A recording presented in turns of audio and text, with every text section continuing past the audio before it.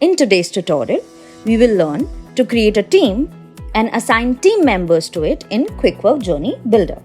So for that, first we need to click on Tools and then choose Team. Now, we have to add a team name. So let's click on Edit and add the name. Once created, we have to add team members. As you can see, there are no team members in it right now.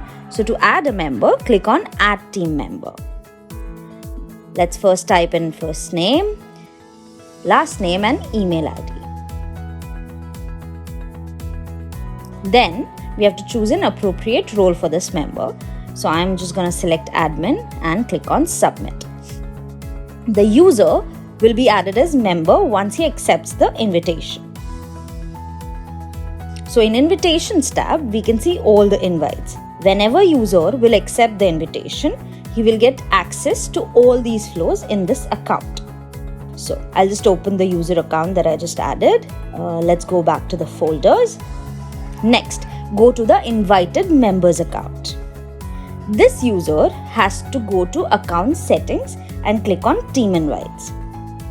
Then now we'll have to accept the invitation, and after accepting the invitation, we'll go back to the folders. Now, the user will get another option to switch into. If we go home, we can see all the profiles, folders and journeys.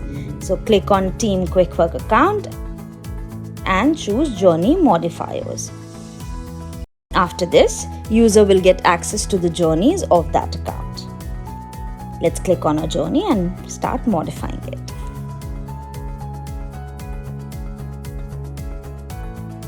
As you can see, you will be easily able to modify the journey. In this way, we can create a team and work collaboratively. I hope you like this tutorial. To know more and to get help in building automation journeys, visit quickwork.co.